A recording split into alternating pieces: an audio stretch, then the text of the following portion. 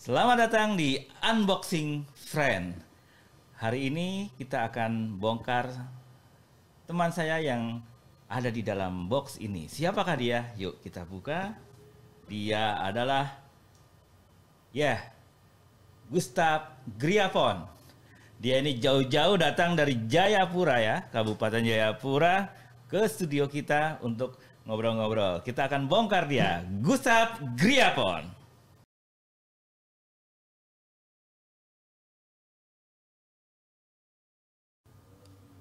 Ya, inilah dia tamu saya hari ini, Abang Gustav Griafon. Gustav Griafon ini bukan cuman sarjana teknik, tapi sudah magister ya, magister. Jauh dari Kabupaten Jayapura ke sini. Ke Jakarta tuh mau ngapain sih, Bang?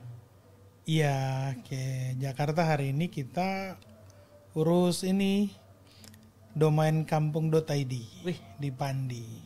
Oh berarti ke Pandi dulu. Iya. Ya, Pandi itu ada yang tahu apa namanya Pandi? Pengelola nama domain internet Indonesia. Nama domain internet Indonesia di Tangerang. Banten, Tangerang sana. Gitu. Lumayan jauh itu kantornya Pandi itu. Oh jadi mau bikin kampung.id. Iya, kita punya saat ini kan Kabupaten Jayapura udah punya. Dari pengalaman tahun 2016 kita pernah menjadi tuan rumah Festival Desa TIK se-Indonesia yang keempat. Oh iya, saya ingat tuh Destika. Destika 4. Destika. Nah, jadi salamnya Destika 4 bukan salam untuk partai politik. Bukan. Tapi Destika keempat. Kelima di Pemalang 2017 sudah tidak jalan sampai sekarang itu. Oh, 2017 terakhir tuh Destika ya. Mungkin karena ini ya. Desa-desanya sudah banyak yang paham TIK. Nah, itu dia yang tidak paham jadi. Hai teman-teman Destika, gimana tuh tegur. Kapan nih Kementerian Desa dan Kominfo kolaborasi lagi bikin Destika ke-6. Kemarin kita kan hanya sampai 5 terus hilang kabar sampai hari ini. Saya yang sempat datang Destika yang di Belitung. Belitung itu yang kedua apa ketiga? Iya, kalau nggak salah itu. Sekalian dulu ICT World ada acara di sana. Iya. Kita nonton bareng film kita, Lini Masa 3. Layar tancap di lapangan. Kayak gitu. Nah, berarti kan kita udah ada Desa ID, Desa.id. Sekarang sedang digagas di Papua ya khususnya. Yes, benar. Kampung.id. Di sana memang menyebutnya kampung ya? Iya, jadi saya cerita ya 2016 itu kita sempat pakai .desa.id. Oh ya. Tetapi setelah festival selesai juga tuh webnya. Oh. Sehingga saya dorong lagi di 2017. Saya ikut diklat PIM 3. Waktu itu sudah kepala bidang, jadi kepala bidang TIK. Syarat untuk kita diklat PIM 3 itu kita harus punya proyek perubahan. Proyek perubahan itu saya dengan judul Pembangunan Kampung Berbasis Teknologi Informasi dan Komunikasi di Kabupaten Jayapura. Di situ saya mulai dengan 5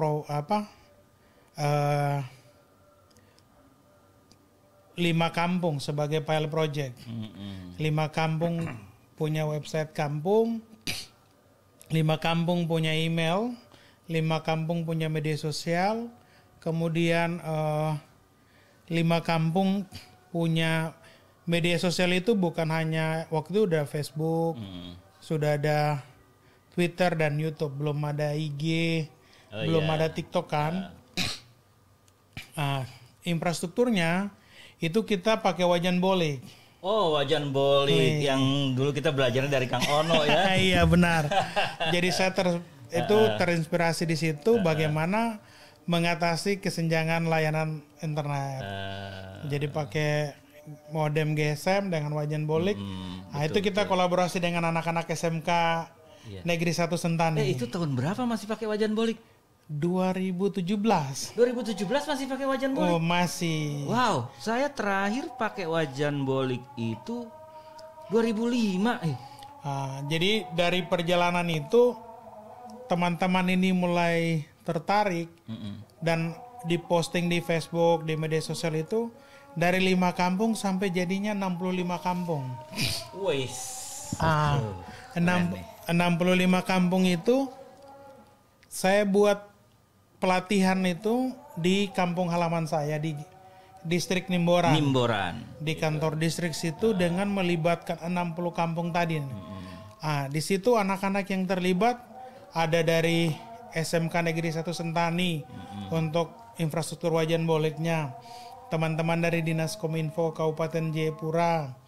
Ada Dewan TIK Papua, ada Dinas Kominfo Provinsi Papua, ada kawan-kawan relawan TIK kita juga RTK Papua, komunitas itu ya? Papua.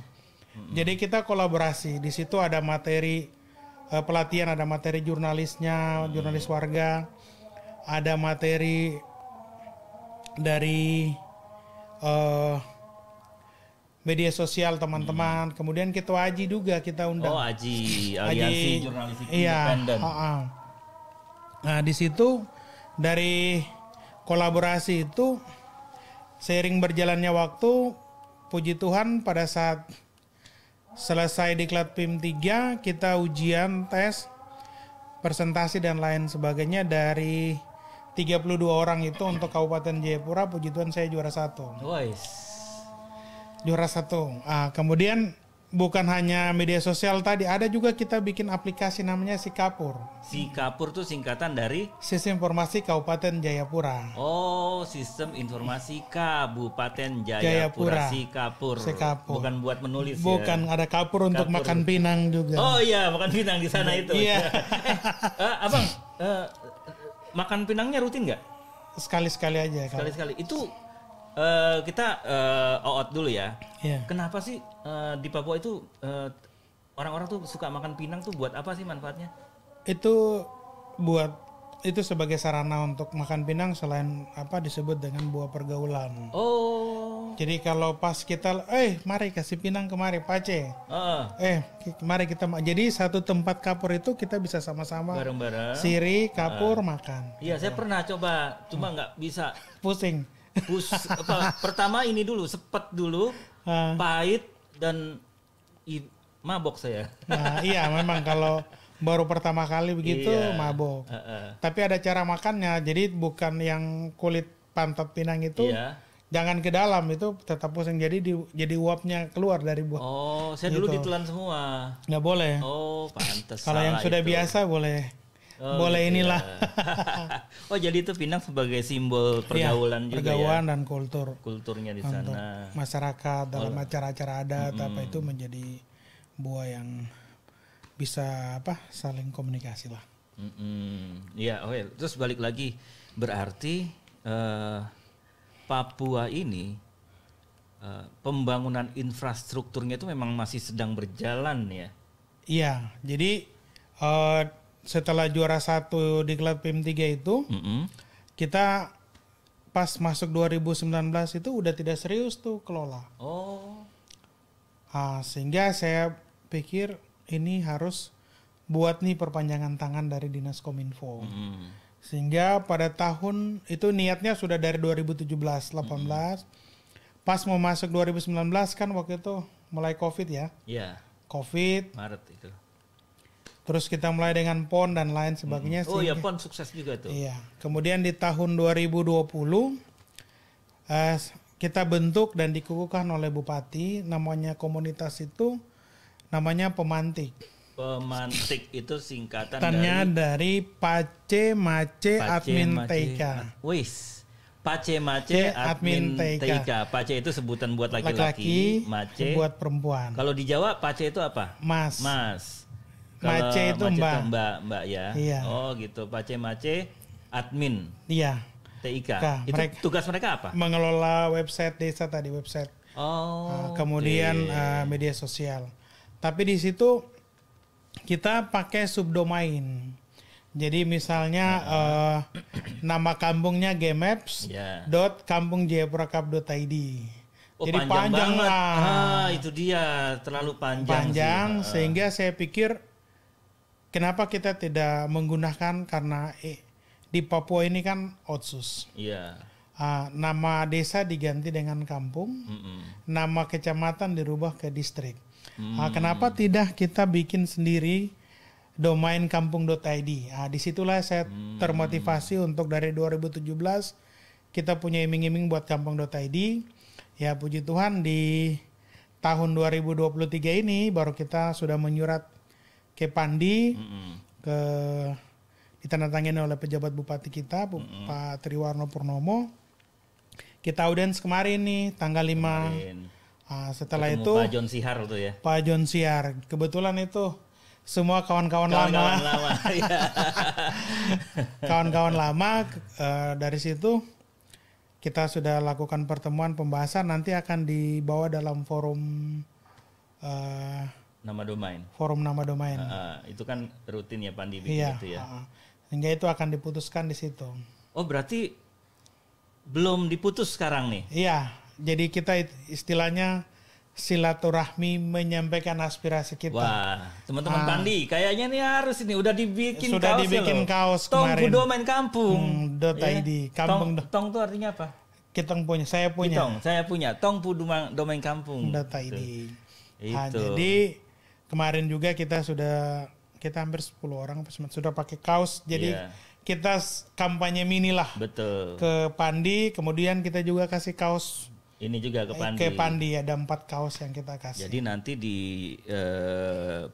Papua, khususnya di Kabupaten Jayapura, dan diharapkan sih ke seluruh Papua. Ke seluruh Papua, di tanah itu Papua. Itu pakai domain kampung.id. Contohnya Nimboran kampung.id gitu. Nimboran atau itu nama kecamatan atau distrik ya. gmaps.kampung.id. Kampung.id gitu ya. Kalau di sini namanya Kampung Tebet, jadi Tebet kampung.id kalau ada di sana gitu ya. Gitu. Atau dermaji.kampung.id. Oh ya, ada dermaji kan. Kayak dermaji kan sekarang. Dermaji.desa.id. Tapi domain desa masih ada kan? Masih. Oke. Cuma persyaratannya yang ribet. Oh gitu. Nah kalau kampung ini nanti persyaratannya gimana? Akan ribet atau akan simpel? Kekhususan, kita udah bilang kekhususan gitu ya? untuk Papua. Karena otsus ya? Otsus gitu. Jadi Papua sekarang sudah jadi 6 provinsi. Oh iya. Provinsi Papua sendiri, Provinsi Papua Barat. 4 kemarin ya. Provinsi Papua Barat Daya, Papua Selatan, Papua Pegunungan, Papua Pegunungan Tengah kan, jadi 6. Jadi 6 dari 2 ya? Dari 2, benar. Jadi tambah 4. Berarti sudah hampir ribuan kampung juga kalau tidak salah. Iya ya. Oh berarti. Kita di Kabupaten Jayapura saja sudah 139 kampung, 5 kelurahan, 19 distrik. Gitu. Apalagi di kabupaten lain, misalnya itu baru kita bicara tentang kampung-kampung di provinsi Papua, belum kayak 6 provinsi ini kalau gabung berarti berapa ribu kampung tuh di situ. Betul, itu kampungnya udah banyak. Di Kabupaten Jayapura aja kalau nggak salah tuh populasinya yang saya tahu di 2014 itu ada 137.000. Iya. Itu ya. Itu semuanya itu kita ngomongin Kabupaten Jayapura aja ya. Apakah di Kabupaten Jayapura ada berapa kampung tuh? Kita ada 139 kampung. 139 kampung itu mereka bisa punya akses internet nggak tuh? Untuk saat ini hampir semua kampung dari program pemerintah, Kementerian Kominfo lewat Dirjen Pos dan Informatika dan juga lewat Bakti Kominfo. Bakti, oh ya. Dan juga ada tower reguler yang dibangun oleh mitra Telkomsel. Jadi kalau kita di Kabupaten Jayapura di tahun 2022 itu dari Bakti Kominfo itu kita ada 44 site. 44 site BTS. Kategori non 3T, bukan daerah 3T. Oh, yang bukan 3T ya. Kemudian dari Pos dan Informatika, dari Direktorat Pos dan Informatika itu dari Indosat ada 9.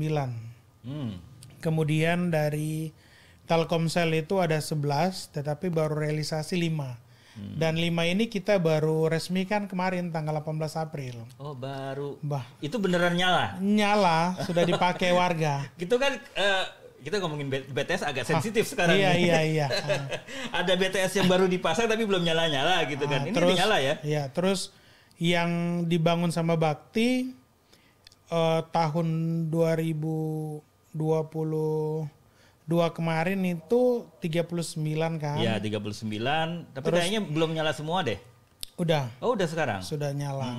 Sudah nyala itu sampai di daerah Jalan Trans Papua kita itu semua pakai. Oh, berarti setidaknya 137 kampung itu mestinya sudah tercover dan sudah punya akses. Hak mereka untuk mendapatkan akses internet itu sudah terpenuhi ya? Iya, pokoknya gitu. Ya hampir 90% lah. Yang lain-lain tinggal kita dorong lewat penguat-penguat daerah-daerah blank spot. Oke ya, blank spot itu nggak bisa dihindari. Di Jakarta juga masih ada. Jadi gitu. Untuk di wilayah Jalan Trans Papua kita itu ada beberapa kampung di distrik Ayur, itu daerah yang paling terjauh dari Kabupaten Jayapura. Itu di daerah Kampung Pagai sama Kampung Kamekaro. Jadi kita tiba di ibu kota distrik itu berkisar kalau bisa 7-8 jam jalan darat. Dan jalannya begini-begini? Iya, tapi ya lumayan lah. Tapi jalan bagus, udah mulus ya. Mulus. Kita juga terima kasih ke Pak Presiden Jokowi sudah memperhatikan Papua secara khusus di Jalan Trans Papua. Kemudian Tower BTS Bakti Kominfo ini jadi ada yang kita lewat sungai lawan arus itu saya pakai speed itu 4 jam. 4 jam pakai speed. Naik lawan arus. Lawan arus. Situ warga kita pergi udah nyala towernya. Kemudian di Kampung Kamekaro sama Pagai pada saat ini kasus ini akhirnya off tuh dua itu. Padahal sudah ada di list itu. Kemudian daerah-daerah yang pesisir pantai yang tadinya susah, sekarang itu seperti daerah distrik Rafinirara itu 4 kampung di situ baru tower Indosat yang masuk. Mudah-mudahan Telkomsel juga masuk di daerah itu karena sudah disurvei oleh provider tersebut. Di antara Telkomsel, Indosat, XL yang saya tahu kan itu ya. XL tidak ada di kita. XL belum ada ya? Belum itu ada. yang mau saya tanyain. XL belum mau ke Papua. Yang sudah ada di kita Indosat, Telkomsel dan juga halo teman-teman Bakti. XL. Ditungguin nih sama Bang Gustaf nih. Masih banyak site-site yang masih bisa dipasang kan? Iya. Gitu. Untuk BTS-nya itu Dan apalagi. dari hasil ini juga kita sudah presentasi ke KPU sama Bawaslu nih. Ini untuk menuju pemilu ini betul. daerah-daerah ini udah ada tower. Nah, sekarang gini persoalannya. Infrastruktur sudah dibangun. Akses internet sudah tersedia. Masyarakat Papua tentunya enak dong, udah bisa mengekspresikan dirinya, kemampuannya, bisa jualan apa. Itu benar-benar kelihatan nggak, Bang? Bagaimana mereka memanfaatkan akses internet itu? Jadi kalau yang saya dari Tower BTS tadi ini kan mekanisme ini rata-rata tanah kita hibah. Hibah dari masyarakat ke kita, kemudian apa nih yang masyarakat dapat dari ketika hibah. Konsep yang kita dari Dinas Kominfo laksanakan adalah yang punya tanah kita dorong untuk penjualan pulsa. Oke. Jadi ada pemberdayaan manfaat ekonomi yang dia dapat. Dan ini sudah berjalan tahap pertama kita lakukan di tanggal 14 April tahun ini. Terus itu dari kemudian tahap kedua di bulan kemarin. Di situ yang kita lihat bahwa dari laporan teman-teman mitra Telkomsel itu PT PIS, PT Papua Inti Seluler, itu ada sekitar ada yang udah dapat 1.500.000, ada yang 500. Oh, yeah. Jadi bervariasi dan itu kita kumpulkan dalam satu grup WA, kita ikuti terus. Dan kawan-kawan monitoring Telkom terus ya. Tahap pertama itu kita dapat modal dari Telkomsel dalam bentuk pulsa 200.000. Kemudian dia putar 200.000 sampai bisa mencapai apa yang tadi saya jelas. Kemudian kita dorong lagi yang punya tanah. Jadi ada itu bulan April itu khusus yang Telkomsel. Bakti Kominfo punya 41 tower, dari 44, 3 kan belum. Itu sudah kita dorong juga, sudah pelatihan, jadi dari Bakti Kominfo sendiri 41 sekian orang itu. Kemudian dari Pemantik, Pace-Mace Admin TIK itu mereka juga kita dorong untuk, walaupun mereka komunitas, mereka juga ada punya usaha. Jadi mereka ada sekitar 20 orang. Terus dari staf Kominfo yang tenaga kontrak, tenaga honorer, mereka juga kita dorong. Nah, tapi di sini dari Telkomsel tidak memberikan modal dalam bentuk pulsa, mereka sendiri. Jadi kemudian pelatihan 1 hari full, dan bagaimana mereka menggunakan aplikasi DigiPos untuk bukan hanya pulsa tapi untuk token listrik, itu semua ada di dalam situ. Sehingga anak-anak di mana tower itu ada, mereka bisa gunakan itu untuk jualan. Bukan hanya pulsa, kita juga dorong untuk bagaimana yang punya tanah itu selain jual pulsa, ada yang kita pekerjakan untuk jaga tower. Sehingga dia dapat intensif bulanan dari situ. Ya karena tower tuh harus di-maintain kan. Gitu. Jadi itu kita punya, ini sudah jalan. Tahap berikut kita akan kolaborasi dengan Badan Pemberdayaan Masyarakat Kampung, BPMPK, dan juga dengan Telkomsel kita sudah ketemu. Kita akan dorong untuk BUMDes juga untuk jualan pulsa. Terus kita rencana untuk BUMDes punya jualan handphone, jadi ada konter HP, pulsa gitu. Kedepan kita dorong untuk bisa menjadi teknisi handphone, jadi bisa servis HP biar nggak jauh-jauh ke kota lah ya. Benar. Reparasi HP itu kan. Itu baru cita-cita. Gitu. Tapi yang sudah jalan penjualan. Semua kan bermulai dari cita-cita. Walaupun kadang-kadang cita-cita kita mau jadi apa, jadinya apa. Mau jadi apa, jadinya Kadis Kominfo. Waktu kecil cita-citanya apa, Bang? Waktu kecil itu cita-cita mau jadi insinyur pertanian. Insinyur pertanian. Tapi jadinya Kadis Kominfo. Pertanian dan ini baru loh jadi Kadis Kominfo. Ntar bisa jadi Menteri Kominfo loh. Jadi cita-cita dulu kan kita punya daerah itu kan banyak daerah pertanian dan perkebunan. Ini besok saya harus jadi insinyur pertanian atau insinyur perkebunan. Itu waktu masih kecil. Waktu masih SD. Jalan lanjut sampai SMA. Sudah selesai SMP itu mau tes SMK pertambangan. Karena dengar nama besar Freeport. Ingin jadi insinyur pertambangan. Tahu-taunya masuk SMA. Masuknya ke SMA Jayapura gabungan. SMA gabungan Jayapura. SMA-nya Menteri PUPR. Tapi mau jadi petani, insinyur pertanian, masuk kuliahnya ke sains dan teknologi. Itu hobi dari SMA. Oh gitu ya. Jadi dari SMA itu kan kita di kampung SD, SMP itu kan tidak ada komputer. Pas SMA, jadi kalau bolosnya di lab komputer. Jadi bolosnya positif banget ya.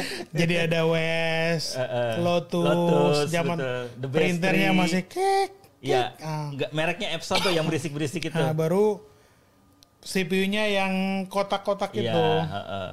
Nah, di situ. Kemudian ya sudah, kalau mau bolos kadang-kadang terus kompak sama guru komputer. Jadi termotivasi di situ, terus tanya, kalau nanti kuliah di jurusan ini kerjanya seperti apa? Nanti begini. Kalau jurusan informatika itu di semua lini dipakai. Ya sudah. Kelas 2, kelas 3, kelas 3 pikirnya mau dapat IPA, masuk IPS. IPS. Jadi katanya harus IPA baru bisa kuliah di informatika. Oh gitu. Padahal tidak. Itu desas-desus ya. Iya. Jadi waktu itu sempat lihat ingin masuk UI atau Gunadarma untuk informatik. Kan iklan mereka itu cukup masuk sekolah-sekolah kan tergiur. Ini harus masuk. Kebayang deh masuk UI atau Gunadarma. Gitu ya. Tapi akhirnya dari SMA itu di USTJ itu kan ada tahap pertama itu cuman kumpul raport dengan apa itu lulus tanpa tes. Jadi udah langsung kita lulus. USTJ itu Universitas Sains dan Teknologi Jayapura ya. Itu di gitu. AB Pura pada bulan. AB Pura. Ya sudah, jadi mau kuliah di ingin berangkat modal nekat tapi tidak dikasih izin orang tua. Oh, gitu? Karena pas reformasi banyak anak-anak Papua yang juga ada di sini, ada sebagian yang pulang. Kan ya namanya orang tua di kampung kan Khawatir pasti ya. khawatir. Iya betul. Ini saya kan Taunya anak Jakarta berapi gitu kan. Saya kan anak pertama dalam keluarga. Wah, tidak usah di sini saja juga kalau ada jurusan ini di sini. Untuk apa kuliah di Jakarta. luar Papua? Luar Papua. Ya sudah, puji Tuhan kuliah sampai selesai di USTJ. Ambil jurusan Teknik Informatika tahun 2001. 2001 Selesai 2006. 2006. Lumayan tuh. Iya, iya. Kalau jurusan sosial nggak apa-apa ya, bisa selesai cepat teknik. Dan akhirnya itulah yang akhirnya mengubah cita-cita. Terus saya tidak punya niat kerja di pemerintah. Nah itu dia. Background abang ini kan aktivis ya. Iya benar. Jadi maunya wira swasta. Tapi orang tua paksa terus.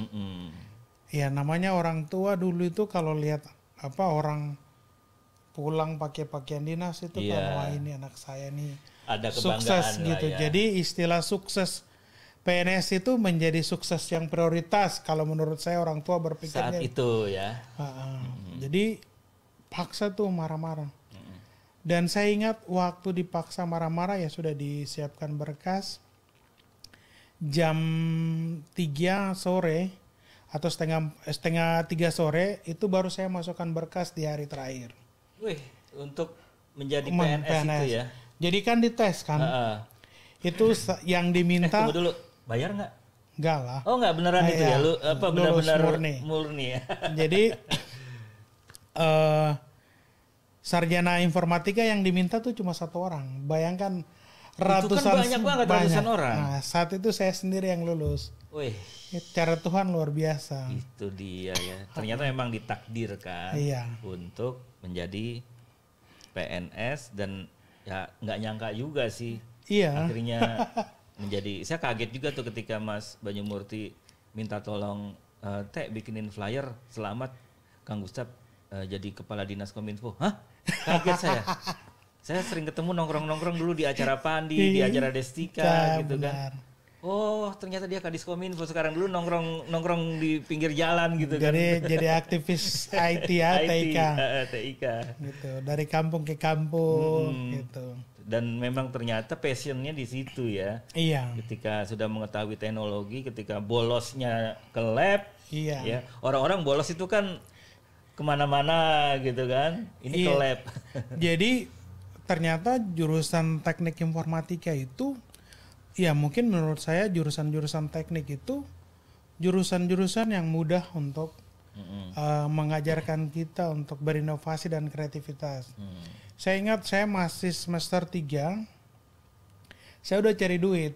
Jadi kalau di rental itu kan mulai dulu ketiknya Rp200 per lembar print. Saya sudah Rp100 tuh buka pengetikan di rumah. Tunggu dulu. Anak sekarang ini nggak paham nih. Iya. Jadi mereka masih ngebayangin, emang kita ngetik itu di tempat rental dan setiap lembar itu bayar. Iya, anak sekarang harus tahu itu dulu bayar gitu. Hidup dulu sulit sekali gitu kan. Jadi saya sudah mulai. Nggak semua orang punya printer ya. Iya. Jadi kalau teman-teman punya tugas, sini saya ketikkan. Oh, langsung dikerjain. Langsung sini kan. Kalau di rental itu kan 200. Iya. Sama saya Rp100. Murah mana? Ya, ya namanya mahasiswa. Betul. Maunya yang murah, tapi bermanfaat. Dan lumayan banyak lah itu teman-teman mahasiswa semuanya ya. Kemudian kita di kampus dulu itu ada punya study club. Jadi study club itu kita ambil ada binaan gitu. Jadi macam abang sudah semester 3, abang wajib ambil 5 orang. Oh gitu ya. Jadi dilatih harus untuk mengetik. Punya namanya apa tuh? Study ade binaan atau ade binaan gitu ya. Bukan downline ya? Bukan. Ini bukan MLM ya.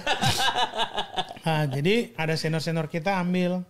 Jadi belajar ketik apa, tapi kita kan sudah dari SMA udah mulai WS Lotus terus masuk Windows 95, Windows 98, Windows 2000 kan udah mulai.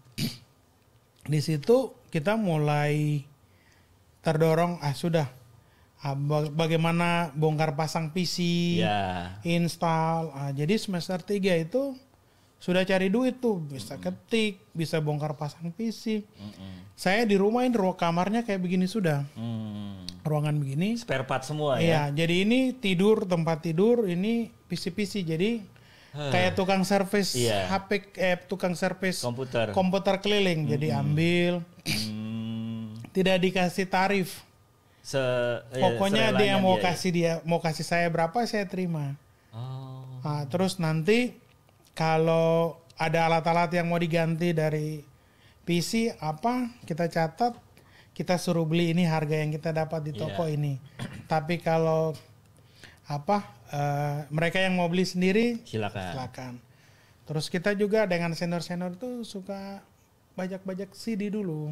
Oh ya. Jadi lagu-lagu kita copy ini dikasih ke yang ada yang penjual, jadi yang MP3 Oh gitu ya.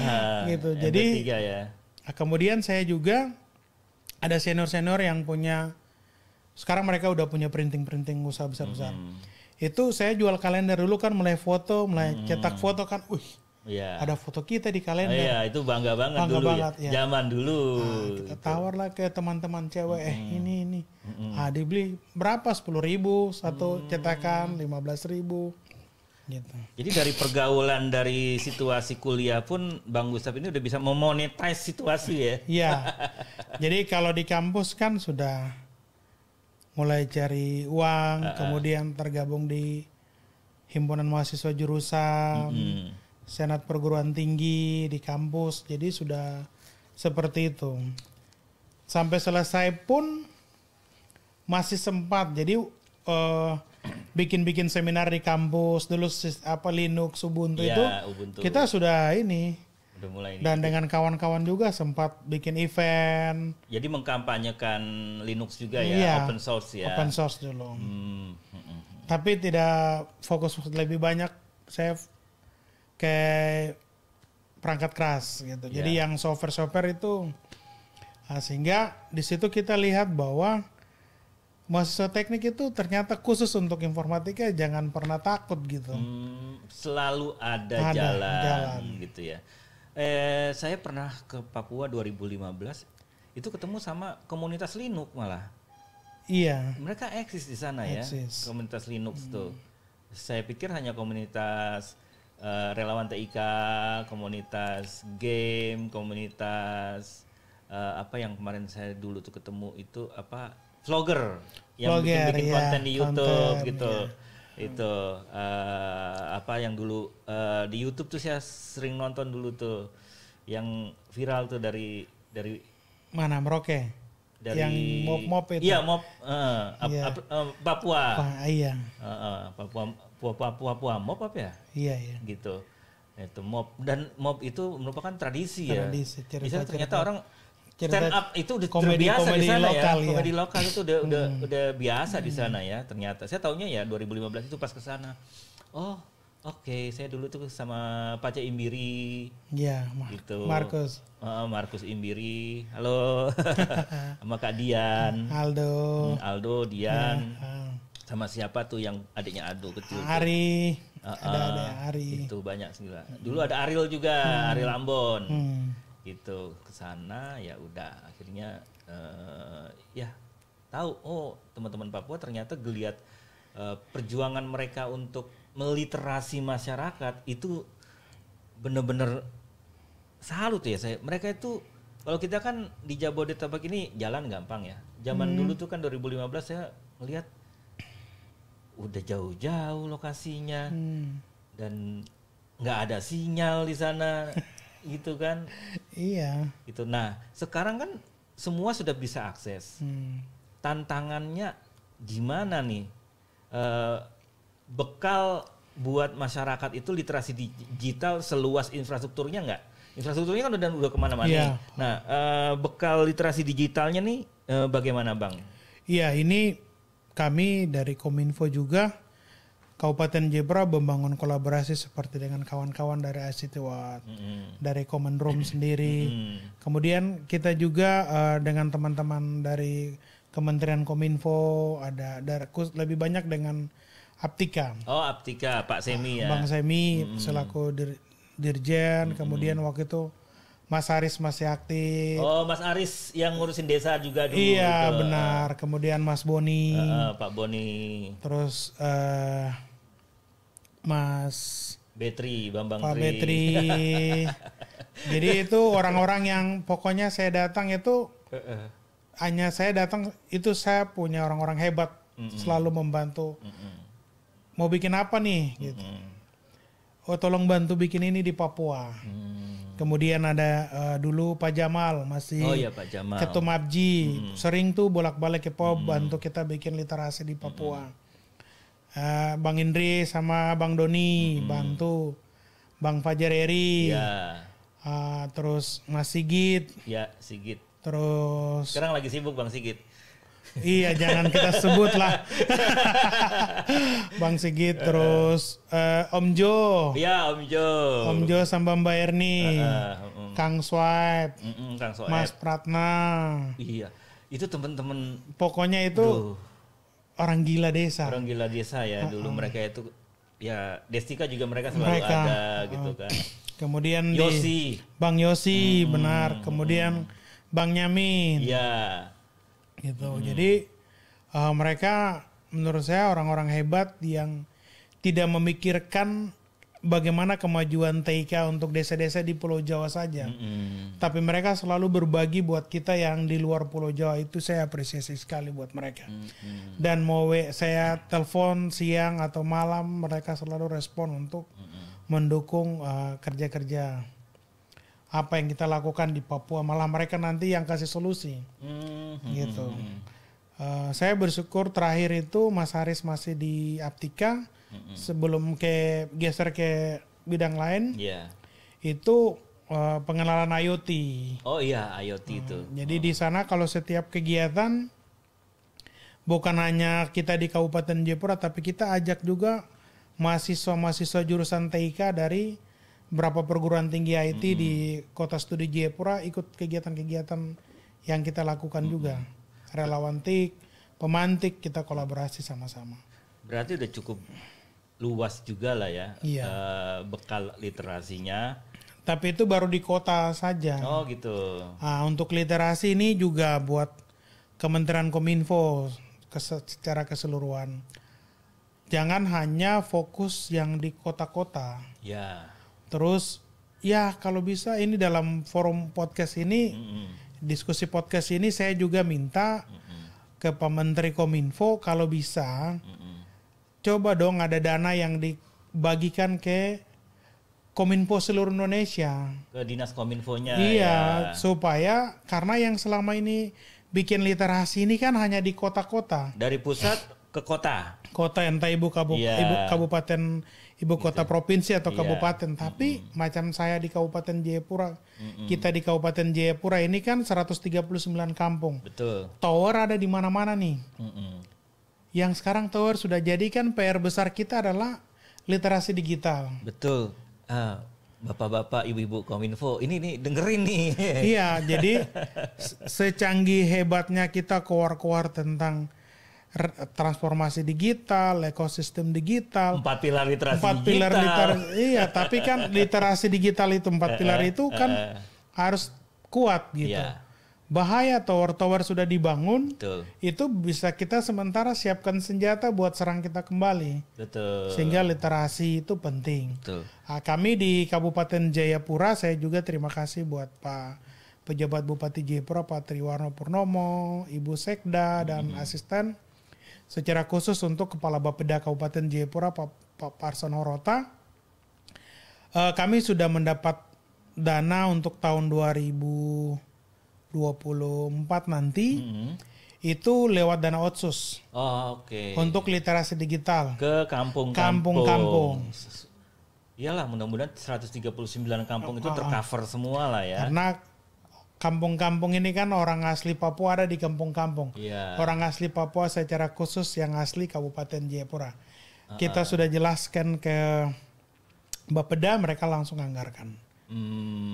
Dan monitoring tower-tower ke kampung-kampung juga dianggarkan lewat dana otsus.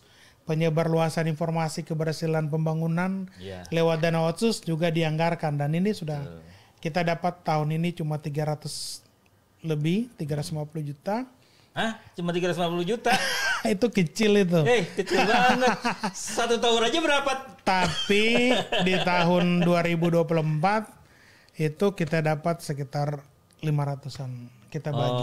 500-an. Kita dapat sekitar 1 miliar, tetapi kita bagi untuk literasi sekian, untuk monitoring. Pak. 1 miliar itu sebenarnya kurang lah buat 139. Kurang.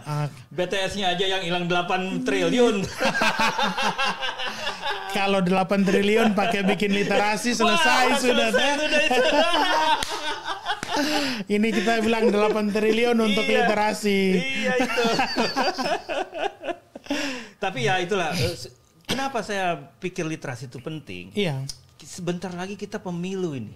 2024. Kita tahu sendiri yang namanya informasi pemilu itu kan sering mengadu domba masyarakat kita. Iya. Nah, kalau literasinya masih gampang, kalau literasinya masih rendah, sehingga kan masyarakat itu gampang diadu domba, gampang menerima hoaks, gitu kan. Itu yang saling menghina. Padahal yang didukung adalah tokoh-tokoh bangsa gitu kan. Tapi kenapa jadi menghina kan? Terus, gitu. Apa mereka ada pernah lihat kita? Nah, itu dia. Dia enak-enak di sana. Betul. Mereka nggak tahu pas di tempat kita mati listrik. Pas pulsa habis, mereka tidak isi juga. Makanya, nah itulah pentingnya memprioritaskan literasi digital di kampung-kampung itu, biar kampungnya literasinya tinggi, masyarakatnya dewasa, negara aman. Karena masyarakatnya udah bisa mengkritisi informasi. Oh ini tidak benar nih. Iya kan gitu. Atau cek ke sumber yang gitu sebenarnya. Sehingga saya pikir ini juga mungkin kita perlu dorong ada ke Kementerian Kominfo bekerja sama dengan Kementerian Pendidikan sehingga itu ada pelajaran muatan lokal tentang literasi digital. Ya, betul. Baik, mungkin ya usia dini TK, SD, SMP, SMA dan SMK. Kalau sudah di kampus ini kan sudah kelewatan. Minimal di SD, SMP ini atau TK. Kita lihat sekarang saja anak saya kemarin di Papua Student Center diminta untuk jadi motivator dalam tempat kursus bahasa Inggris. Banyak anak-anak Papua juga di situ. Dan itu mungkin saya pejabat pertama yang diundang. Jadi mereka ikuti IG saya, ikut TikTok saya. Hari Sabtu kemarin, saya di situ tanggal 3 kemarin. Apa yang disampaikan di sana? Saya bicara tentang literasi. Literasi digital, contoh-contoh literasi di rumah, gadget, dan juga contoh-contoh di sekolah. Di situ antusias sekali. Sampai tadi malam gurunya bilang, Pak, anak-anak minta Bapak kenapa kemarin tidak kasih tugas tentang literasi. Oke, nanti saya kasih. Di situ yang saya ketemu adalah satu anak masih SMP kelas 1 sudah punya teman di media sosial 2.000. Wih. Saya tanya, kenalkah tidak? Iya. Tidak. Ada yang kenal, ada yang tidak. Pakai media sosial untuk apa? Rata-rata tuh mereka yang anak-anak SMP kelas 1, 2, 3 itu mereka lebih banyak di IG dan TikTok. Saya kasih contoh anak saya saja di rumah. Yang pertama kelas 5 SD. Itu udah dia otodidak sendiri, edit foto, bikin video, terus main game.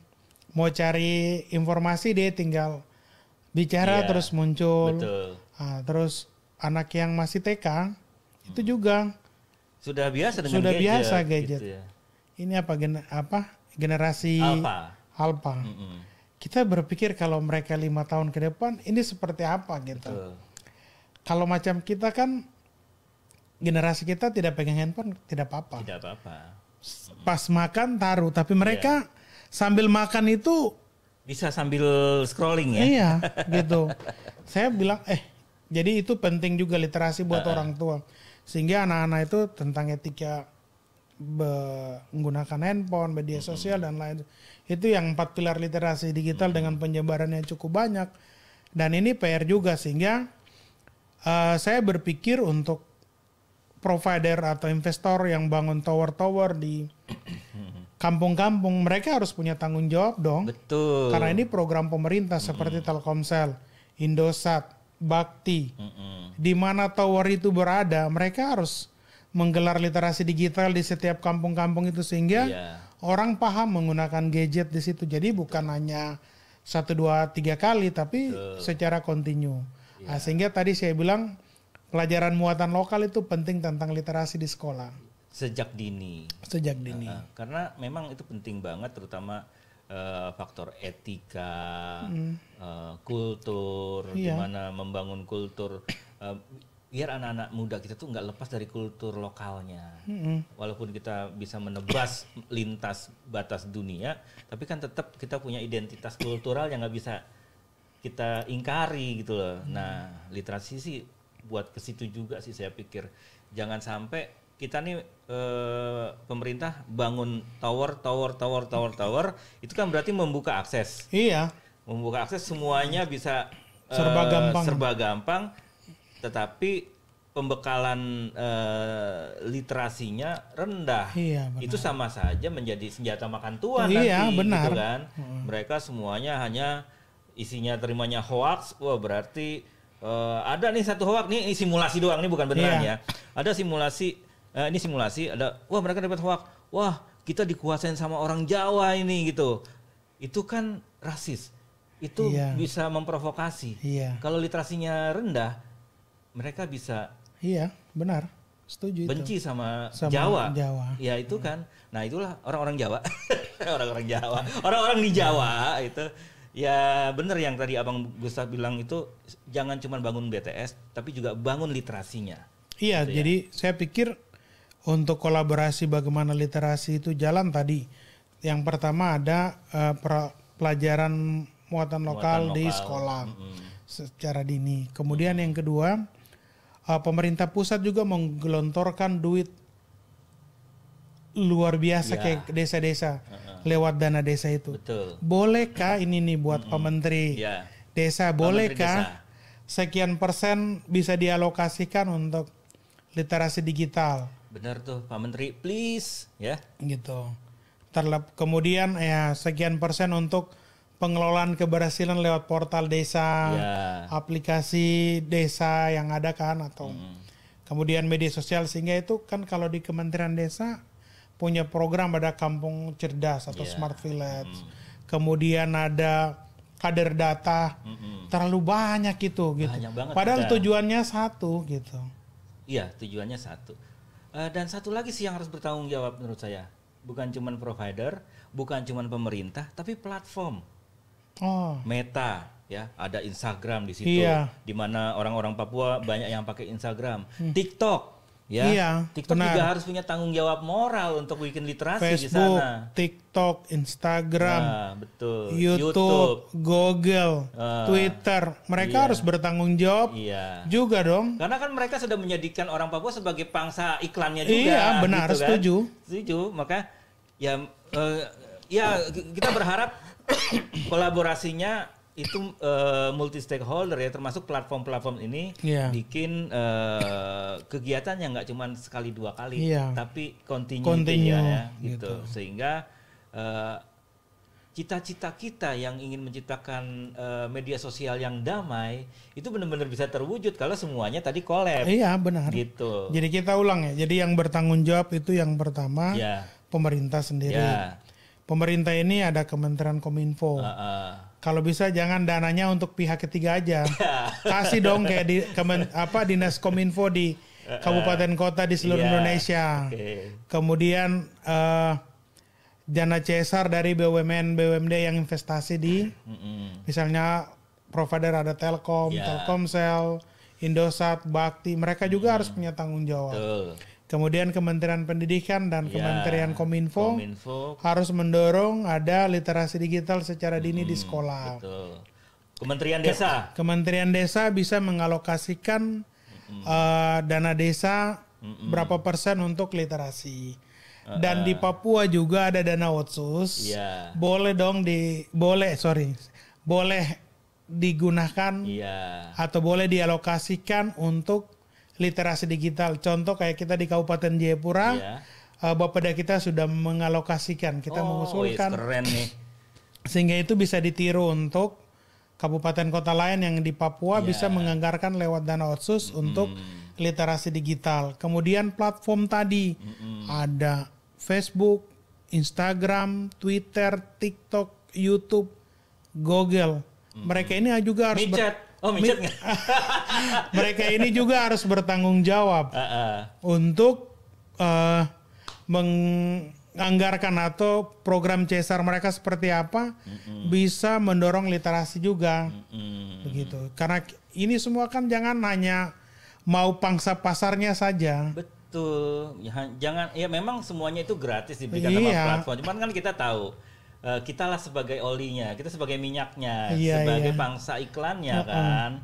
Nah kita juga harus minta tanggung jawab. Walaupun saya tahu beberapa platform itu punya program di sana, kayak WhatsApp itu sudah beberapa kali ada program, dan sekarang aja Mas Banyumurti juga sedang ke sana. Iya betul juga gitu WhatsApp kan. Betul. Itu program ke sana. Platform dan tambah WhatsApp lagi tuh di situ WhatsApp. Itu Telegram juga nanti itu ya. Jadi itu memang harus kita ajak, harus ngobrol sih ya sama mereka ya. Iya, jadi tadi ya, yang platform itu kan ada Facebook, ada Instagram, ada Twitter, ada TikTok, ada YouTube, ada Google, ada WhatsApp, ada Telegram.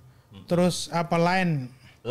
Nah, mereka juga harus atau apa video apa tuh yang lagi tren juga. Snapchat kan? Gitu. Itu. Jadi mereka juga harus sama-sama mendorong literasi digital ini. Iya. Gitu. Karena PR bangsa kita secara khusus ini lebih parah kalau literasi tidak edukasi secara terus-menerus gitu. Ya itulah, apalagi ini menjelang pemilu ya. Kita tahu belajar dari 2014, 2019 kemarin itu Pace-Mace bisa berantem hanya gara-gara diribut di WhatsApp kan? Hanya gara-gara pilih satu atau pilih dua, dan itu kan karena literasinya masih rendah, jadi gampang diprovokasi ya. Coba kalau literasinya ditingkatkan, semua platform, semua pihak, kementerian bertanggung jawab untuk membangun bersama-sama. Jangan masing-masing sih, harus bareng-bareng sih. Itu programnya biar nggak mengulang ya. Yang satu bikin, besoknya bikin lagi sama saja. Itu jadi harus benar-benar dikonsep sih sama pemerintah ini,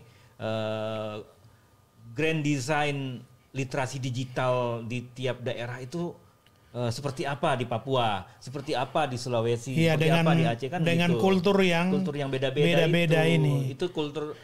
Kalau kan negara kita dengan berbagai macam suku bangsa, kemudian kita punya tantangan letak geografis, daerah yang berbeda-beda, sehingga punya grand design besar untuk PR literasi digital ini bisa tahap demi tahap bisa berjalan secara kontinu. Betul, itulah kalau begitu terjadi itu yang benar-benar akan terwujud yang namanya Bhinneka Tunggal Ika. Jangan sampai kalau literasinya rendah nanti jadinya Bhinneka Tinggal Asa. Wah, luar biasa nih. Iya, itu ya. Jadi literasi kenapa harus tinggi? Biar Bhinneka Tunggal Ika terwujud. Jangan jadi Bhinneka Tinggal Asa. Tinggal dikenang saja ya. Tinggal dikenang saja gitu. Karena kita terpecah belah dengan mudahnya menyebar hoak, mudahnya menyebar kebencian segala gitu kan. Itulah perlunya literasi, bapak-bapak, ibu-ibu. Oh iya, Mas tadi lupa. Nanti ini bisa digabung ke depan lah.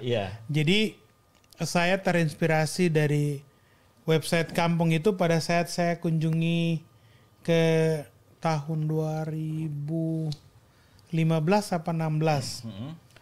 Di Dermaji. Oh, Dermaji, Desa Dermaji. Desa.id itu saya kejumpanya di Dermaji.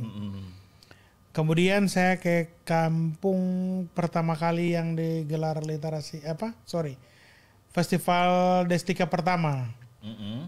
Itu kampung apa ya saya lupa. Di Jawa Tengah ya? Di Jawa Tengah. Iya. Terus saya ke kampung itu baru ke Dermaji. Kemudian Saya lihat lagi di Destika 5 di Kabupaten Pemalang. Itu di Desa Pulau Sari, keren kantor desanya 2 lantai, udah sudah Wifi. fiber optik semua. sudah wifi. Wah, luar biasa nih. Saya bayangkan kalau itu terjadi di Papua atau Kabupaten Jayapura. Karena kita di situ letak geografis kita kan tantangannya hanya beberapa kecamatan yang bisa dilewati dengan fiber optik. Yang lainnya kita pakai VSAT. Ya karena memang kondisi geografis ya, tantangannya memang agak berat. Kemudian untuk tambahan infrastruktur tadi, kita dari pemerintah Kabupaten Jayapura lewat Dinas Kominfo, kita usul ke Bakti untuk layanan VSAT. Itu untuk segmen kesehatan sudah terrealisasi di 2020. Segmen pertahanan keamanan untuk Polsek dan Koramil. Untuk Polsek itu sudah realisasi di bulan kemarin. Bulan September 2022. Kemudian segmen pendidikan itu mulai dari SD, SMP, SMA dan SMK kita usul. Segmen UMKM, segmen homestay pariwisata, perpustakaan kampung, kemudian kantor distrik, kelurahan dan kampung kita masukkan. Jadi total sekitar 400 lebih VSAT yang kita udah banyak juga ya. ajukan. Tapi belum dapat, baru ajukan. Iya, baru diajukan. Tapi yang sudah dapat Polsek sama Puskesmas. VSAT di sana, tapi lumayan ya VSAT ya. VSAT kan Ya kualitasnya lumayan rendah kan bantuan ya. pemerintah. Iya, gitu ya. Kan paling 2 mega ini 2 kita mega. Yang BTS Bakti ini, BTS Bakti Kominfo ini kan hanya 2 mega. Iya. 2 mega dengan infrastruktur, bukan kabel fiber optik masuk ke tower. Oh, bukan. Jadi dia pakai VSAT, jadi 2 mega. Kapasitasnya untuk 50 sampai 100 orang. Terus jangkauannya 500 meter. Bayangkan kalau di satu kampung itu orang punya 2 handphone. Iya. 500 kakak. Jumlah jiwanya Mas hitung sendiri berapa? Iya. 137.000. Jadi kan agak susah tuh. Malah kita dari sebelum ke sini saya monitoring itu permintaan masyarakat cukup tinggi. Telkomsel, jadi puji Tuhan di tahun ini pengembangan di wilayah pembangunan 3 itu sudah penarikan kabel fiber optik untuk masuk di tower-tower. Jadi di Kabupaten Jayapura kita ada punya Jayapura Landing kabel bawah laut. Itu di distrik Depapre di Kampung Tabla Supa. Baru jadi ada 2 tuh, satu di Jayapura, kita Jayapura Utara 2. Jayapura Utara 1 di kota Jayapura, kita Jayapura Utara 2 di kabupaten. Jadi kalau putus bisa backup, jadi gitu. Tahap pertama saat ini mereka lagi pembangunan tiang-tiang Telkom untuk penarikan kabel sementara berjalan mau masuk di setiap tower-tower provider. Yang kita minta prioritas yang ada Telkomsel, Bakti. Nanti di pertengahan bulan Agustus ke atas, entah itu selesai atau tidak atau di awal 2024, itu sudah penarikan kabel IndiHome. Nah, terus pertumbuhan IndiHome di Kabupaten Jayapura itu sudah hampir mencapai 11.000 pelanggan. Wih, banyak pelanggan. Jadi per 1 bulan itu pemasangan hampir 300 pelanggan. Itu laporan dari kepala kantor wilayah Telkom. Abang bayangkan saja. Iya. Oh, lumayan, cuannya lumayan gede itu. Iya, tapi berarti tanggung jawab literasi digital. Iya, itu dia. Itu. Jadi jangan hanya cari ini ya. Iya. Gitu. Jadi kita berharap mungkin menggunakan penjualan itu di kota oke lah kita. Tapi bagaimana yang ada di kampung-kampung sehingga keadilan sosial bagi seluruh rakyat Indonesia itu Pancasila kelima itu bisa terakomodir. Jadi keadilan untuk layanan telekomunikasi sudah mulai layanan internet dan layanan untuk edukasi literasi digital juga perlu untuk seluruh masyarakat Indonesia, secara khusus kami yang ada di Kabupaten Jayapura, secara khusus yang ada di kampung-kampung 139 kampung ini bisa mendapatkan literasi yang baik. Kami dari Dinas Kominfo juga sudah dalam setiap monitoring ada beberapa kepala kampung yang spontan menyampaikan, kita di Papua bilang kampung, di sini desa ya, siap menganggarkan untuk literasi digital. Wih, itu keren kepala desa kayak gitu tuh, atau kepala kampung kayak gitu tuh. Dan hal ini sudah kita laporkan ke Bupati, Pak pejabat Bupati Jayapura sudah minta, jadi kita pulang ini buat edaran. Jadi untuk ke depan itu tahun depan semua kepala kampung wajib menganggarkan dana desa atau dana deka kampung untuk literasi digital dan juga pengelolaan website. Itu dalam sambutan beliau tanggal 18 April 2023 ini beliau sudah minta untuk dianggarkan dalam sambutan. Betul, itu penting. Kenapa? Karena hak mendapatkan edukasi literasi itu merupakan hak segala bangsa. Ya kan? Benar. Jadi bukan kewajiban rakyat, bukan lagi wajib belajar. Kalau zaman Pak Soeharto itu kan wajib belajar ya. Tidak. Itu hak. Jadi rakyatnya yang harus memang meminta haknya untuk kami punya hak untuk diberikan edukasi literasi. Gitu ya. Mindsetnya harus dulu mindsetnya ya. Kemudian kita juga berharap ada asosiasi-asosiasi perguruan tinggi ilmu komputer dan informatika Aptikom Papua atau Aptikom di provinsi kota lain.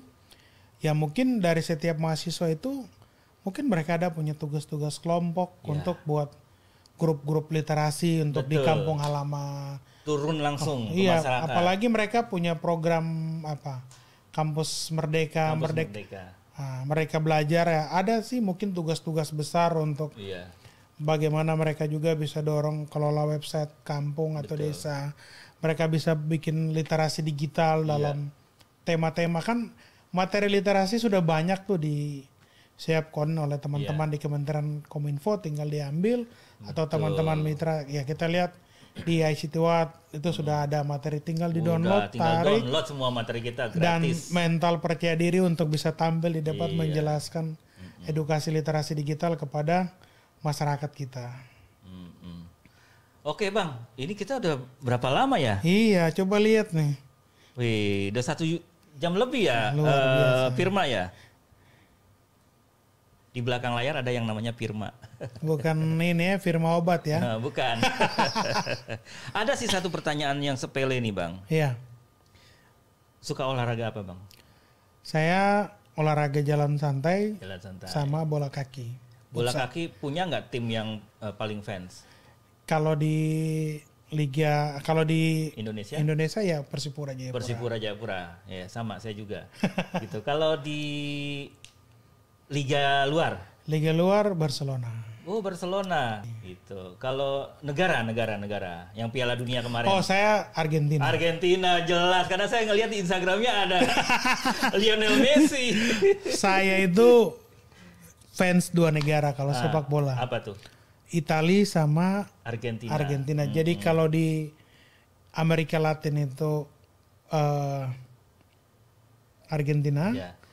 Kalau di Eropa itu Belanda, Italia.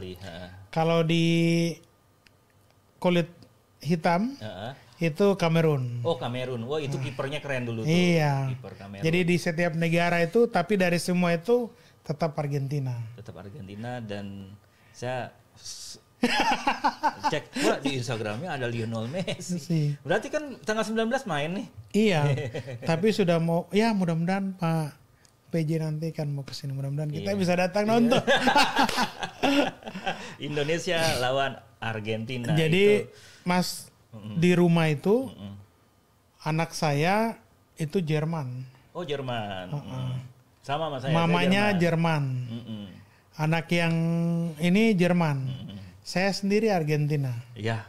Jadi kalau di Papua namanya bola itu tidak bisa ditawar lagi. Iya. Pokoknya itu konvoy bawa bendera klub negara masing-masing. Oh gitu ya. Sampai bikin syukuran lah. Oh iya. Pas gila bola kemarin tuh ya. Iya. Wih. Jadi macam kita gini, macam saya, ini nanti dipotong lah, logat Jawa dipotong. Okay. Jadi macam saya begini. Jadi itu sudah dibikin fans Argentina seluruh Papua gitu. Oh gitu. Jadi ada di Biak, di mana-mana, di Jayapura, di Kerom. Itu mereka kumpul macam di Jayapura nonton bareng. Iya. Itu semua kita ini tidak pergi ikut, kita nonton di rumah. Kan ya sudahlah karena aktivitas banyak kita nonton. Kita wajib sumbang itu untuk mau makan, mau itu jadi ya sudah kirim nomor rekening paling 500 atau 1 juta pasti dikirim semua. Anak-anak kumpul, mereka layani diri sendiri, bikin kue, pesan tenda, kursi. Itu sampai seperti itu mereka. Gila ya. Bikin kaos dengan fans, jadi minta dana jadi dikumpulkan. Jadi spontan, terserah mau 100.000 mau 50, yang penting ada kontribusi untuk fans Argentina gitu. Kenapa saya tanyain masalah yang di luar literasi digital ini? Karena bagaimanapun kita makhluk sosial, kita tuh perlu bergaul, berteman. Contohnya dengan sehobi, happy-nya apa gitu. Karena bisa jadi teman-teman itu juga bisa kita ajak pelan-pelan untuk punya kepedulian terhadap literasi. Yes. Pelan-pelan gitu. Oke Bang, sebenarnya ada satu pertanyaan lagi. Apa tuh? Ini pertanyaan yang benar-benar pribadi. Oke. Pernah nggak Bang, waktu masih kecil ataupun sudah besar, pengalaman yang sedih gara-gara apa? Wah, luar biasa nih. Sabar saya minum dulu. Ini pertanyaannya benar-benar di luar dugaan. Iya. Kalau pengalaman kecil kan, kalau di kampung itu dulu kan kita tidak ada TV. Ya. Terus nonton di rumah orang. Jadi sekitar, jadi di rumah dari kampung, saya sebut aja ya. Ya. Dari Genyem besar kampung saya, kita ke Genyem kota. Itu berapa kilo Bang? Paling 200 meter saja. Oh 200 meter. Cuma kan jalan gitu. Tidak, kalau kampung saya datar. Oh datar. Menyeberang sungai malam. Astaga. Jadi lampu belum begitu. Jadi kita pakai daun kelapa. Ya. Dibikin kayak obor begitu, jalan nanti. Sudah sampai menonton di padamkan. Terus sampai mau nonton kan, kalau horden buka kita nonton. Oh ya Allah.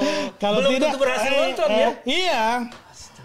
Jadi pernah seperti itu, terus kita minta kejadian-kejadian itu, terus kadang pintu ditutup. Iya.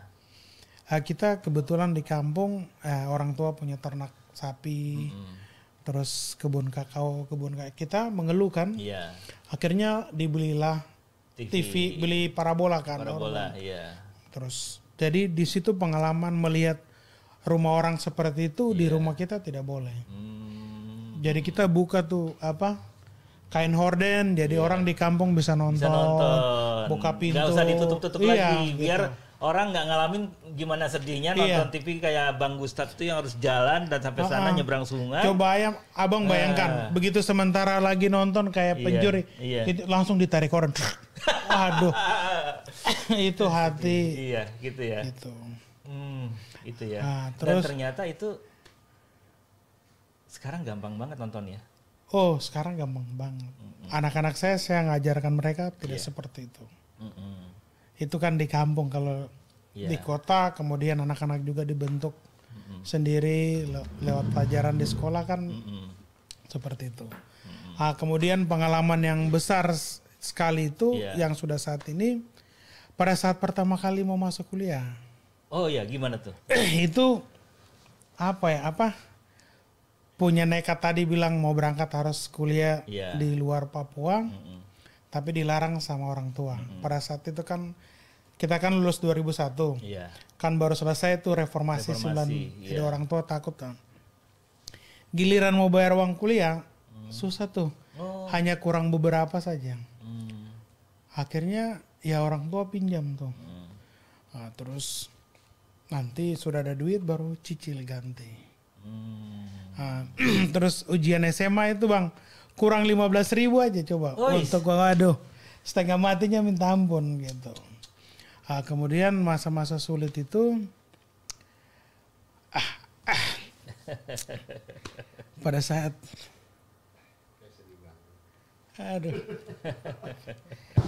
SMA itu kelas 3 saya harus kerja, pulang sekolah naik trek. Iya. Numpang. Bukan, Oh.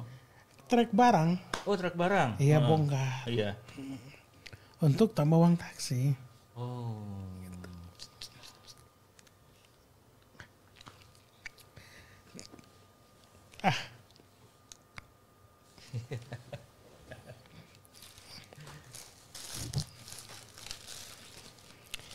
Nah, terus dulu kan ada proyek-proyek tuh bangunan. Jadi kalau pulang dulu gaji buruh itu 14.000 Sehari. sehari. Iya. Jadi kalau saya pulang sekolah itu setengah hari 7.000. Jadi udah dikumpul untuk jadi setiap 1 minggu cair. Oh iya. Nah, terus Berat banget, Bang. ikut kakak kerja di trek Coca-Cola. Heeh. Jadi angkat ke toko-toko Iya. atau ke bar. Baru nanti. Nah, terus satu waktu itu saya tidak sekolah. Kita bongkar barang di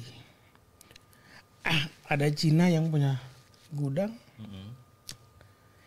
Dari semua anak-anak yang dilihat di dalam bongkar itu, dia lihat saya ini beda.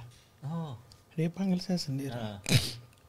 Kau sekolah ke tidak? Sekolah. Kenapa tidak sekolah? Tidak ada uang taksi. Gitu kan. Waktu itu gencar-gencar tuh. Papua harus pisah dari NKRI dan lain. Oh iya. Tunggu sebentar. Taksi itu kalau di Jakarta angkot Iya. ya. Jadi jangan ngebayangin orang Jakarta taksi itu kayak taksi yang ada argonya. Itu tapi angkot. Lanjut, Bang. Terus itu dulu kan naik taksi 150 rupiah juga susah juga. Susah lah. 200, 300. Jadi Cina itu dia kasih nasihat saya. Kenapa kau tidak sekolah? Kau tahu kalau besok Papua ini berubah, kau pasti jadi orang hebat. Gitu. Oh, dia bilang gitu. Iya, saya tidak tahu dia lihat saya sendiri dalam itu. Terus saya bilang, tapi saya mau sekolah bagaimana tidak? Iya. Ya sudah. Dia bilang, mulai ke depan saya tidak mau lihat kau bongkar barang lagi. Gitu. Sekarang sudah kelas berapa? Kelas seperti apa? Kelas 3. Kelas 3. Tidak boleh, harus kau selesaikan. Terus harus kau kuliah. Ya itu cara Tuhan luar biasa. Iya. Setelah selesai kuliah. Jadi ketika flashback orang bertanya, Iya. sedih juga gitu. Iya. Ah, Itu kenapa saya harus tanya? Prosesnya tuh orang nggak tahu gitu kan. terus Gitu. kadang-kadang pulang sekolah itu dari lapangan Mandala, Jayapura itu kita jalan kaki rame-rame.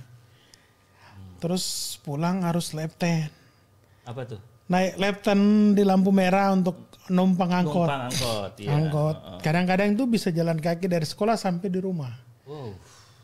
Kalau ada uang ya kita naik taksi. Iya. Kalau tidak Nebeng-nebeng gitu ya. nebeng-nebeng teman.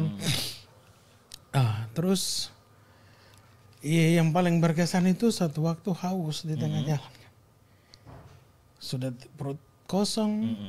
Ya itu di mana di daerah Doka 4 itu ada tempat beli air tangki kan. Iya. Untuk air isi tangki. Iya. Sudah pura-puranya di situ cuci muka, sudah bunyi tuh. Langsung tada mulut minum. Ada roti dicelup di air itu, air. ya makan. Nice. Gitu. Ini saya tidak pernah cerita. Baru di sini saya cerita. Ya. Gitu. Itu berat banget. Berat banget. Dan itu nggak nyangka ya. Jadi orang-orang kan sekarang sering melihat suksesnya.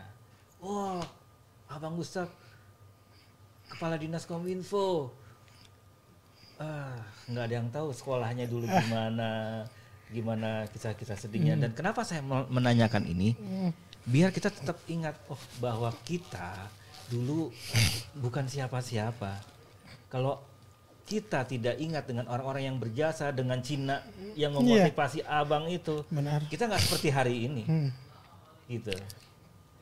Nah, terus waktu itu setelah selesai kuliah, Kita tes di Freeport, saya sempat tes. Oh ya. Jadi ada mitra yang nanti ke Freeport kan. Tapi di saat itu saya terpilih jadi ketua pemuda di gereja. Di 2006 itu kan. Terus teman saya yang dulu kita sama-sama kacau dia, pokoknya sedikit-sedikit orang ini bahasa bilang gembel atau pokoknya sedikit nakal, suka tagi-tagi palak. Di situ dia datang, dia sudah kacau hidupnya mabuk dan lain. Dia masuk STT, sekolah pendeta. Wih.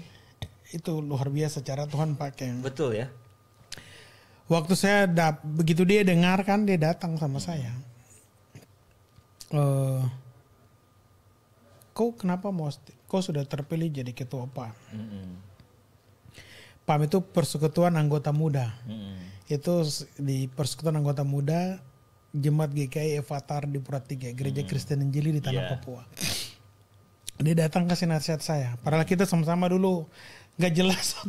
Ya namanya SMA kan kita belum dibentuk kenal jati diri kita. Nanti pada saat kita kuliah baru kita dibentuk. Di situ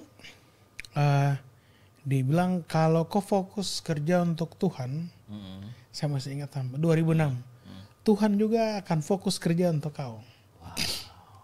Ketika kita bekerja untuk Tuhan, Tuhan juga pasti bekerja untuk kita. Namanya pendeta John Absalom Hai, teman sekolah saya. Dia sekarang pendeta di Kabupaten Biak Numfor. Di situ. Mana tahu masa lalunya ya? Iya benar. Terus dia bilang kalau kau pergi tinggalkan pekerjaan Tuhan, kau akan kena murka atau musibah. Saya bilang ini kalau saya kerja, ini bayangkan Freeport. Kalau saya kerja di Freeport, pastikan perpuluhan, uang gaji, pastikan kita juga kasih untuk pelayanan. Dia bilang beda ini Tuhan sementara mau pakai kau. Jadi orang sibuk tes PNS, saya tidak gitu. Jadi sampai 2008 Bapak suruh tes tadi gitu. Jadi tadi saya bilang kita bekerja untuk Tuhan, Tuhan pun kerja untuk kita. Betul. Satu-satunya sarjana informatika yang lulus di tahun itu saya sendiri. Dari ratusan sarjana yang ada gitu. Jadi bagi saya kerja untuk Tuhan, Tuhan selalu sediakan berkatnya tersendiri buat kita. Jadi itu susahnya minta ampun. Nah, dan saya pengalaman organisasi walaupun di kampus kan oke lah, tapi di gereja kita kenal dengan anak-anak yang ada yang putus sekolah, sudah pemuda, ada yang sarjana, ada yang itu idealis mereka beda-beda, tapi kita bisa mengayomi mereka. Jadi saya jadi ketua pemuda itu dari 2006 sampai 2000, jadi 5 tahun. 2011 selesai. 2012 baru saya menikah. Oh gitu ya. 2000 itu kemudian selesai 5 tahun ke depannya. Saya baru lepas jabatan jadi ketua Persekutuan Kaum Bapa. Ada lagi. Ada. Jadi saya kurang bapak-bapak yang tua-tua. Jadi bapak yang itu lansia umur dia itu saya ketua. Setelah lepas saat ini baru 1 tahun dipercayakan jadi di gereja jadi wakil ketua panitia pembangunan fisik jemaat. Itu kita lagi sedang fokus untuk bangun gedung sekolah minggu. Ya siapa tahu lewat podcast ini ada donatur yang mau bantu untuk pembangunan gedung sekolah minggu, gedung untuk anak-anak sekolah minggu di gereja gitu. Jadi kita sudah jadi itu cara Tuhan luar biasa. Jadi itu nanti bisa kontak ke Instagramnya Abang Gustaf ini di Gustaf Griapon. Gustaf Griapon, cari aja atau di kontak person di WhatsApp 0811 4891 282. TikTok juga Mr. Gustavo. Woi, main TikTok juga. TikTok. Jadi ada TikTok, Instagram, ada Twitter, ada Facebook. Iyalah, sebagai orang yang bergerak di TIK dan literasi dan juga Kepala Dinas Kominfo itu ya setidaknya harus paham semua platform. Iya. Gitu ya. Oke Bang, kita udah lumayan ada yang nunggu sih sebenarnya. Oke, siap. Kita mau tutup karena ada tamu nih di bawah. Ini teman lama juga ya. Iya, ini semua senior-senior hebat yang membantu saya di Papua. Gitu ya. Jadi mereka gitu kalau Bang Gustaf ke Jakarta, itu banyak orang yang pengen ditemui dan pengen ketemu dengan beliau. Oke, dari saya MT Matahari Timur dan bersama Bang Gustaf kita selesai dan pamit dari program Unboxing Friend ya. Jadi ada di sini nih. Wah, luar biasa. Dengan Gustaf. Saya juga kaget tadi. Promosinya keren juga nih. Oke, thank you.